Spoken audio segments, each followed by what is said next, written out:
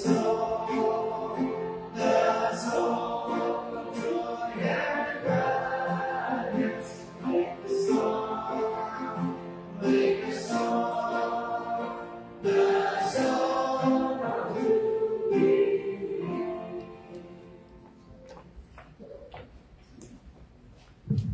us pray. Our most gracious and kind Heavenly Father, Lord, we are so much very thankful for this wonderful morning that you have given to us. Thank you so much for guiding us from our different rest place, houses, boarding house. As we arrive here in Bentes Hospital, Davao, safe and sound. As we start our devotional for this morning, Lord, may your holy presence be with us, and may you hold the heart and mind of all the people who surround us, especially to our speaker today, as he will speak your words, Lord. Lord, please forgive all our sins. In Jesus' name we pray. Amen.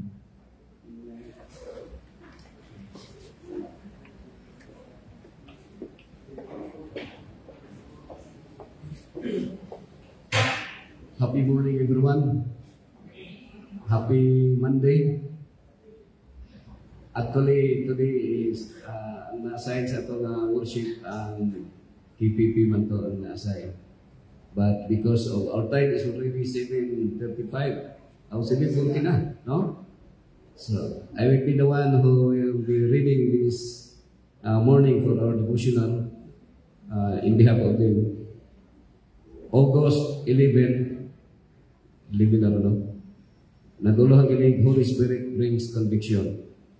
Now the passage is found in the book of John chapter 16 verse 8. And when he is come, he will reprove the world of sin and of righteousness and of judgment. It is the privilege of every Christian to enjoy the deep movings of the Spirit of God. A sweet heavenly peace will pervade the mind, and you will love to meditate upon God and heaven. You will face upon the glorious promises of His Word, but know first that you have begun the Christian course. Know that the first steps are taken in the road to everlasting life. Be not deceived. I fear ye, oh, I know that many of you know not what religion is. You have felt some excitement, some emotion, but there have never seen sin in its enormity. You have never felt your undone condition and turned from your evil ways with bitter sorrow. You have never died to the world. You still love its pleasures. You love to engage in conversation on worldly matters. But when the truth of God is introduced, you have nothing to say. Why so silent? Why so talkative upon worldly things and so silent upon the subject that should most concern you? A subject that should engage your whole soul. The truth of God does not dwell in you, according to the messages to the young people, page 134. The Christian life is not a modification or improvement of the old, but a transformation of nature. There is a death to self and sin, and a new life altogether. This change can be brought about only by the effectual working of the Spirit.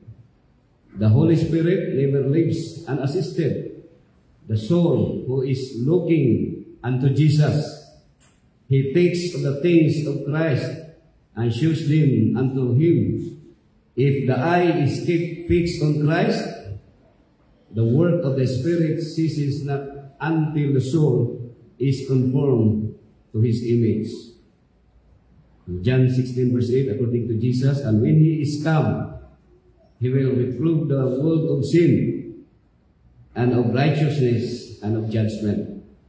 So in the Bible, during the medieval time, ang kining word nga Trinity, Dr. John, kanang i-popularize ko ni sa Roman Catholic, no, kining Trinity, and that's why our kanang mga mga pioneer sa Adventist, they do not believe sa Trinity, no? Kay that is popularized by the Roman Catholic. But we as Adventists nagtuo sa, because in the Bible na ay 3 persons of the Godhead. Ano man sa ngalan samahan sa Anak at sa Espiritu Santo. Amin. Mamanang i-popularize sa Roman Catholic, and by believing the Trinity, they thought that we are in their one. No? They follow us sa ilang belief. But as Adventists, we believe that the Holy Spirit, no? Because we believe the Almighty God, we have the Creator, the Father, and then the Holy Spirit. I mean, Jesus Christ, the Son, and then the Holy Spirit, and the work of the Holy Spirit is, according to this passage, according to Jesus, is to convict sin. That is his office or his responsibility. The question is the Holy Spirit already existing even in the Old Testament time? But actually, during the time when God asked our first parents, "Where are you?" And then they hide, no? Adam and Eve, they were hiding. And when God asked them, when Adam said, "We are hiding because we are naked. We are naked." And then God said, "Who told you? Who told you that you are naked?" The Holy Spirit was already there, no? Because the Holy Spirit convicted them. That is the work of the Holy Spirit, to convict sin. So now the Bible was being written as reminder to all of us, no? Itawag ni siya na as kanang inspiration to all of us in the Bible. And then the Holy Spirit brings conviction. Kaya ang Holy Spirit mao man siya ang transformer, no? Transform sa tuwa. Because every person when God will see him face to face, actually we will instantly die, no? Ang tao mamatay diretso because of his God is a consuming fire. But because of the Holy Spirit being a transformer, so siya ang na-represent sa the Godhead na mo-convict sa bawat sa kada usa sa tuwa. God is pinakadako man ang Ginoo na the entire constellations or mga created beings, created or creations Ginoo sa mga planets.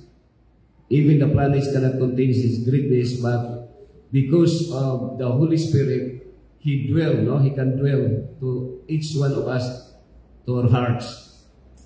Diha siya mag-reside mga kaigsunan sa ato ang kasing-kasing. But first, kinahanglan nga ang atong kasing-kasing ma-kuhan yun siya, no? Kanang ma-transform siya or mahimo siya nga kanang habit, kanang pwede siya mapuyan sa Holy Spirit. So that's why kini atong kasing-kasing dinhi man po nag-reside ang sala na aman dinhi sa atong kasing-kasing. That's why when Jeremiah said 17 verse 9, the heart is deceitful above all things. Ang atong kasing-kasing is deceitful. That's why we need that our heart will be changed, no? Gikan sa pagkamabudhion nga kasing-kasing, gikan sa batuon nga kasing-kasing into a flesh nga kasing-kasing, and then the Holy Spirit will reside, and then the Holy Spirit will guide, will transform to each one of us, and that is the work of the Holy Spirit as transformer. Murag magkuhan nato ni sa electricity yata. Kawante mo sa una katong one thing sa una nga mga television, TV nga pagsaksak sa 220 magguba. Guba because kusog ang power. So that's why there is a transformer na ma-transform siya. So gikan sa source, dili siya diretso na ang iyang power ibutang dito sa mga appliances na to. There is a transformer na sa karon to 20 para mo andar ang mga appliances. So sa to apon para maka-work ta, dili ta mamatay nga diretso makita sa Ginoo face to face, but it is the work of the Holy Spirit as transformer. I-transform ta into the likeness of God, into the likeness of Jesus, because that will be the only solution na kita maka-atubang sa Ginoo face to face. So sa to karon na pag-worship nato mga kaigsunan, it is the Holy Spirit na nag-dwell sa ato. When Jesus said, where two or three gathered together in His name, He is in the midst of them. Not by physical body of Jesus Christ, but through the Holy Spirit. Na sa to karon nag-reside sa atong tagsa-tagsa ka mga kasing-kasing. So, I hope na kini nga reminders to nga while we continue serving the Lord, the presence of the Lord is being with us through His Holy Spirit na mo-convict sa atong ang tagsa-tagsa ka mga kaugalingon. Kung makasala ta, mauna ang Holy Spirit ang mag-remind sa ato. That's why kung atong basahan ang Bible na ay mga three stages sa Old Testament, katong Ten Commandments nga literal mga Ten Commandments nga gisulti dito, and then pag-abot ni Jesus Christ, iyang i-magnify ang Ten Commandments, and then the Holy Spirit, katong nasa Galatians 5:3 dito, the fruit of the Holy Spirit, which is love, peace, joy, long-suffering, meekness, gentleness. Against us, there is no law. So, there is no lawlessness if we have that fruit of the Holy Spirit. So, mga kaigsoon. Evil spirit. Oh, yes. Mana siya. Thank you, Doc. Opposite siya. Nana sa Galatians chapter 5 verse 19 natong the flesh, katong ambition, envy, self-ambition. Kini aton karon, kini ato ang nature nato karon. We have that nature.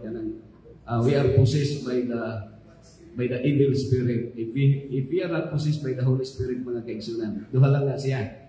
If we are not possessed by the Holy Spirit, of course, automatically, we are possessed by the evil spirit, which is envy, covetousness, jealousy, hatred, na nasa tuwa mga kaigsunan. That's why we need the Holy Spirit.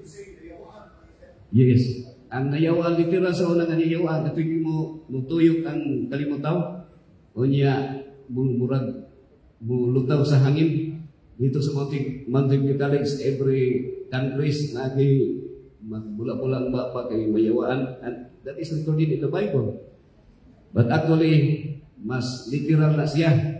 But ang pinaka-deceptive is, we are still possessed by the devil, even na dili makita if we have this jealousy in our hearts, if we have that hatred to our fellow human being, if we have that envy and covetousness. That's why the only passport for us to be in heaven is through the Holy Spirit that will transform us. And that is, there is only one fruit of the Holy Spirit, mga kaigsunan. Maybe some of them will say 9 or 10, but actually only one. The fruit of the Holy Spirit is love.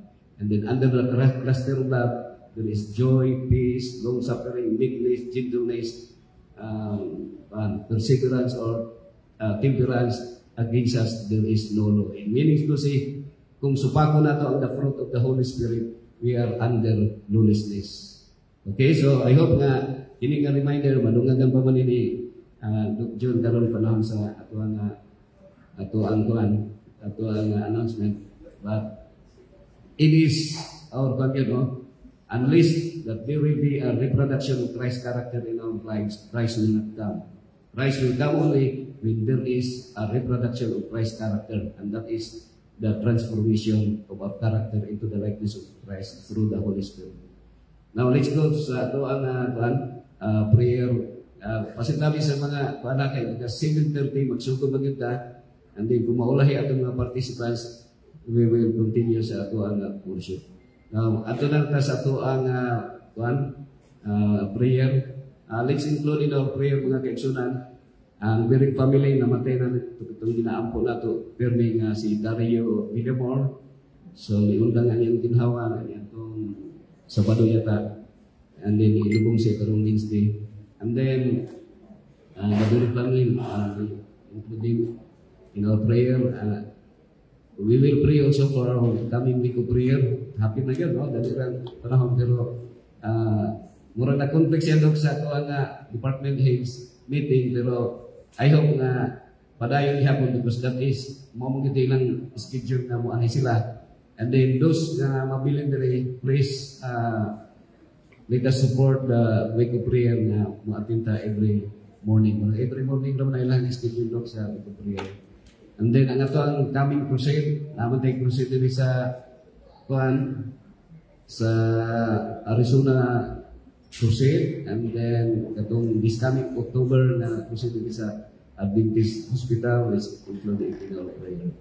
Ang atong tradition. So is there any prayer request diha sa help? Okay.